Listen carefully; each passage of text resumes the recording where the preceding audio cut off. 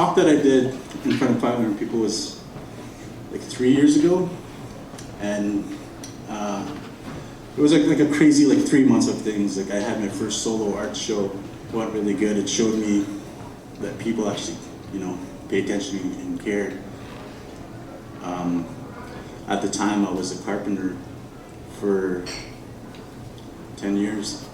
Yeah, I actually did the flooring in here, and the carpet, and so it's kind of funny. It's like, almost going full circle, I guess. I don't know. Seems to be holding up. So I guess I was an okay carpenter. Holding out my weight, right? So, how much time I got here? I think I got a few more minutes. Sorry, anyway, what was I talking about? Oh yeah, so I was a carpenter, and then I was like, you know what, after this art show, it was so great, I think I'm gonna try and become a full-time artist, and kind of just like, go from like making $250, $300 a day, like after tax and everything, to like, what am I gonna paint next? Where am I gonna get paid? I don't know. It was crazy. It was another thing too with that mentality, like stepping into like unfamiliarity, right? Also just kind of being like the new me, the new mentality. It was like, I was so new that I was like, I used to have long hair like up to here. Kind of looks like I have like my metalhead is. My hair's all curly and crazy. People probably thought I was crazy. But I shaved my head, in that mindset of starting something new, because in a cultural and traditional sense, our thoughts grow into our hair, and this is kind of being proven scientifically now. Like I'm speaking to this water, and the water's molecules are changing. You can scientifically analyze the molecules before and after, and they're different. So it's shaved my head. I didn't know the science stuff until later.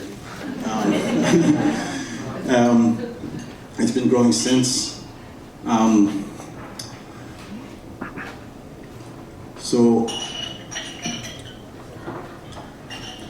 it was a great thing, letting go of everything, and the support from my friends and family. Being a full-time artist, it's not always easy. It was crazy, like the money I was making when I was a carpenter, the last 2 years of carpentry as a foreman. So it's like, even still today, it's not like I'm swimming in cash. Like 3 years being a full-time artist, I've done a mural for Winnipeg Art Gallery, University of Winnipeg. I also do graphic design work. I recently designed a logo for the United Nations conference. I do video work as well. I've done video work also for the WAG and both universities. So it's been a good 3 years, and a lot of it comes from doing things like this, stepping out of my comfort zone, reaching out. I was feeling a little bit under the weather when I first came here. I don't know, maybe I'm coming down with a fever or something. It wasn't nervousness, because I don't really think that I get nervous, but it's really hard to talk about things that are, deep inside that are still traumatic, So I think I got 4 more minutes. Yeah, sorry. Where am I going with this? I don't even know.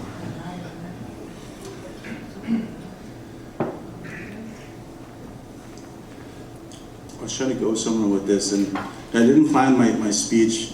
I try to come to do like talks and feel out the crowd and feel like the energy of the night to decide what I talk about. I could have talked about my day yesterday all day and the things that I've learned, but I just happen to talk about my life in 10 minutes.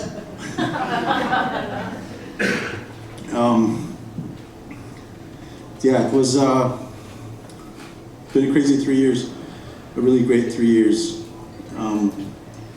I'm thankful, like I get to do things like this, to have a voice, if it's even just for 10 minutes, And every single one of you are, you know, just as good a person for paying attention to me, because, you know, when someone's speaking, they're sharing things that they spent years learning through, experiencing, good or bad.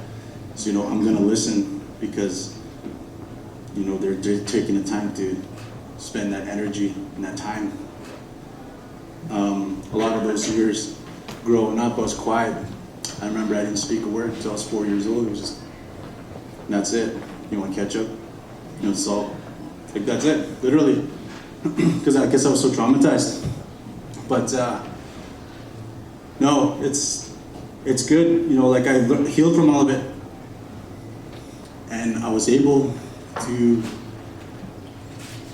you know, like, even though I was getting into trouble and, you know, fights and stuff, I was lucky enough that, you know, I didn't get any charges towards me, excuse me, any charges or, you know, anything bad happened, but it happens, you know. I suffered from what my parents suffered. 50 years ago, you could buy an Indigenous child for 28 bucks. That's $137 today. It's like, here's $137, I own this child. In Winnipeg. So that person, 50 years ago, they probably have a child that's 30 years old now. You know, I'm 31, I think. Yeah, they have a child now. My age, probably. How bad do you think they were? The parent was treated. So they're gonna treat their child the same. And that's the problems you see out there.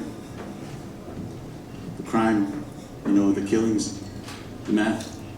So I'm not saying this to make any of you, you know, feel bad for Indigenous people. I'm trying to help you understand why we suffer so much, still to this day. You know, this guy's asking for change. Cold shoulder. It happens. You don't know his story. I understand.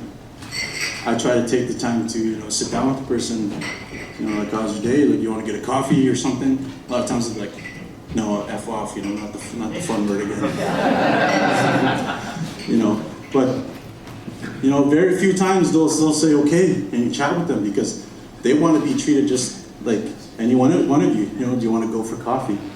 You know, you don't know me, you might say no, but if you say yes, we'll get to know each other, right?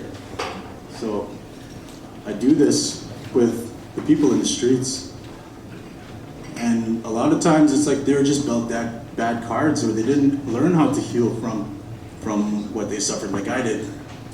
You know, I could have easily been, you know, a gang member, drug dealer, you know, even meth dealer. Out there, usually all of that was in my face. I could have easily been like, yeah, let's do it. But I didn't.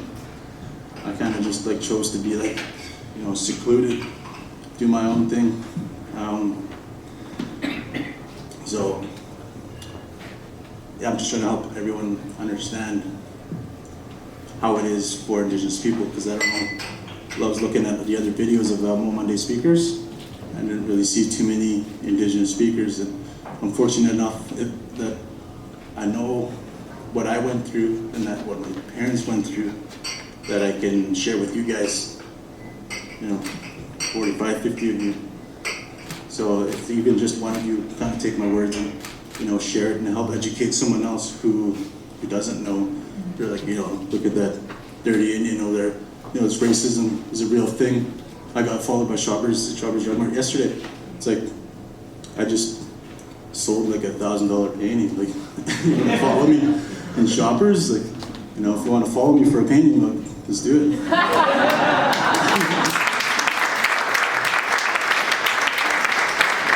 Okay, so I'm now a minute into overtime here. Yeah, so I guess that's my time. I wish I can go longer, but it is what it is, right? We're given the cards we're dealt. Okay.